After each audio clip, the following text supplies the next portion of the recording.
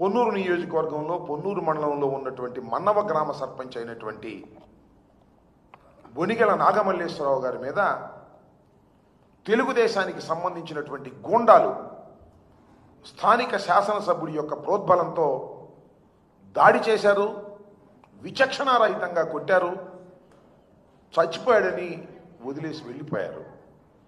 ఇవాళ చావు బతుకుల మధ్యన నాగమల్లేశ్వరరావు ఉన్నాడని మనవి చేస్తున్నా. దారుణమైన సంఘటన. ఏంటి ఇలా జరుగుతుంది అంటే ఒకటి గమనించాలి. ఈ రాష్ట్రంలో రెడ్ బుక్ పాలన జరుగుతూ ఉంది. చంద్రబాబు నాయుడు గారు, నారా లోకేష్ గారు రెడ్ బుక్ పాలన చేస్తూ పొలిటికల్ గవర్నెన్స్తో రక్తం ఓడే విధంగా చేస్తున్నారు. ప్రతిరోజు ఏదో ఒక చోట. దీనన్నిటికీ ఒక అజ్ఞాతమైనటువంటి యంత్రాంగం నడుపుతూ ఉన్నారు. ఎవరయ్యా ఈ అజ్ఞాతమైన యంత్రాంగం అంటే రహస్యంగా ఉండేవాళ్ళు, చంద్రబాబు నాయుడు గారికి సన్నిహితంగా మెరిగినటువంటి ఐపీఎస్ ఆఫీసర్లు, ఎవరైతే రిటైర్డ్ అయినటువంటి అధికారులు ఉన్నారో వారు కొంతమంది, అదేవిధంగా ఇప్పుడు పనిచేస్తున్నటువంటి ఐపీఎస్ ఆఫీసర్లు కొంతమంది ఒక టీమ్గా ఏర్పడ్డారు. అజ్ఞాతంగా పనిచేస్తారు. నిజంగా ఎంత దారుణం అంటే పోలీసు వ్యవస్థ ఉన్నది ఏంటంటే దాడుల్ని అరికట్టడానికి, దాడి చేసిన వారి మీద కేసులు పెట్టడానికి, వారిని శిక్షించడానికి ప్రయత్నం చేసేటటువంటి కార్యక్రమం పోలీస్ యంత్రాంగం చేయాలి. అలా చేయడం వల్ల దాడులు ఏ విధంగా చేయించాలి అని మ్యాపింగ్ చేస్తున్నారు. చంద్రబాబు నాయుడు గారు ఆదేశాలు ఇస్తారు. ఈ అజ్ఞాతమైనటువంటి పోలీసు అధికారులు ఐపీఎస్ ఆఫీసర్లతో మాట్లాడతారు.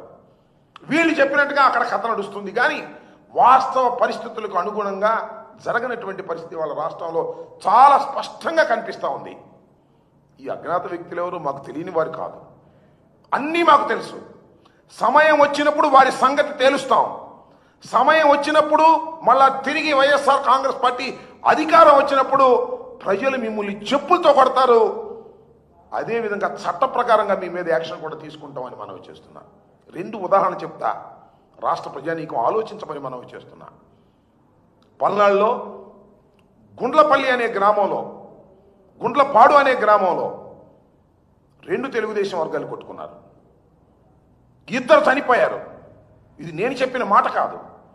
ఇమీడియట్గా సంఘటనా స్థలంలో ఐపీఎస్ ఆఫీసర్, పలనాడుకు చెందినటువంటి ఎస్పీ వెళ్ళి ఏం చెప్పాడు?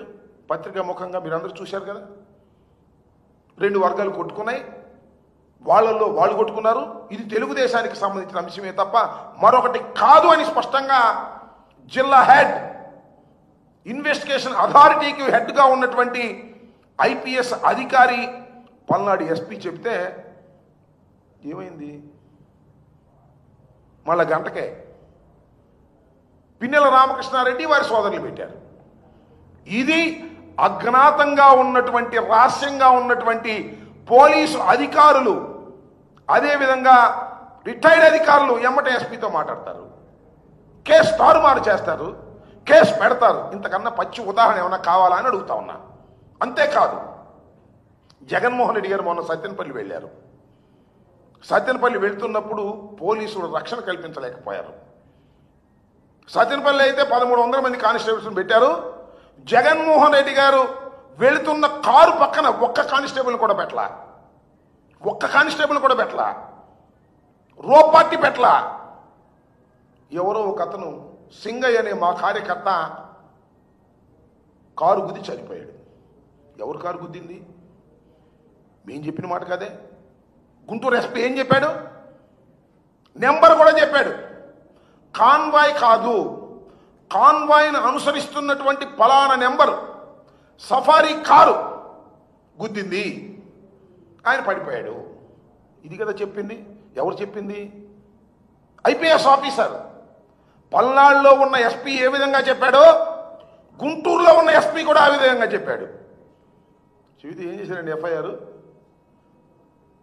జగన్మోహన్ రెడ్డి గారు కారు కింద పడ్డాడని, జగన్మోహన్ రెడ్డి గారిని దానిలో ప్రయాణం చేసే వ్యక్తుల్ని కూడా కేసులో పెట్టారే. ఇంతకన్నా ఏం కావాలి? పచ్చి ఉదాహరణ పోలీసు వ్యవస్థ ఏ విధంగా పనిచేస్తుందో ఈ 2 సంఘటనలు చాలదా అని అడుగుతా ఉన్నా. అంతేకాదు చంద్రబాబు నాయుడు గారు అంటారు, టైర్ కింద పడితే కుక్క పిల్లలు లాగేశారు అంటున్నారు. ఏమండి నాకు తెలియక అడుగుతాను చంద్రబాబు నాయుడు గారు, అంబులెన్స్లో ఎక్కేటప్పుడు సింగయ్య బ్రతికున్నాడా లేదా? ఇది ప్రపంచం చూసినటువంటి అంశం. సరే దానికి కథ ఉందనుకోండి, ఏమని అంబులెన్స్ వచ్చేదాకా ఆటోలో తీసుకెళ్ళకోకుండా ఉండేందుకు 40 నిమిషాలు ఆపారు పోలీసులు. ఈ తర్వాత మాకు తెలిసినటువంటి సంఘటన, అంబులెన్స్లో ఎక్కేటప్పుడు సింగయ్య మాట్లాడుతున్నాడు, ఫోన్ నెంబర్ ఇచ్చాడు, భార్య బిడ్డల పేరు చెప్పాడు, వాళ్ళు ఫోన్ చేసే అవకాశం ఇచ్చాడు, అంబులెన్స్లోకి ఎక్కాడు, అంబులెన్స్ నుంచి దిగేటప్పుడు చనిపోయాడే. ఏంటిది? చంద్రబాబు నాయుడు గారు ఏమంటారు? జగన్మోహన్ రెడ్డి గారు కావాలని తొక్కించి చంపాడని చెబుతారు. బుద్ధి ఉందా బుద్ధి లేదా అని అడుగుతా ఉన్నా. ఏమండి నారా చంద్రబాబు నాయుడు గారు, అసలు నీకు బుద్ధి ఉందా లేదా? అన్నం తింటున్నావా, గడ్డి తింటున్నావా? ఏమిటి ఆరోపణలని అడుగుతా ఉన్నా.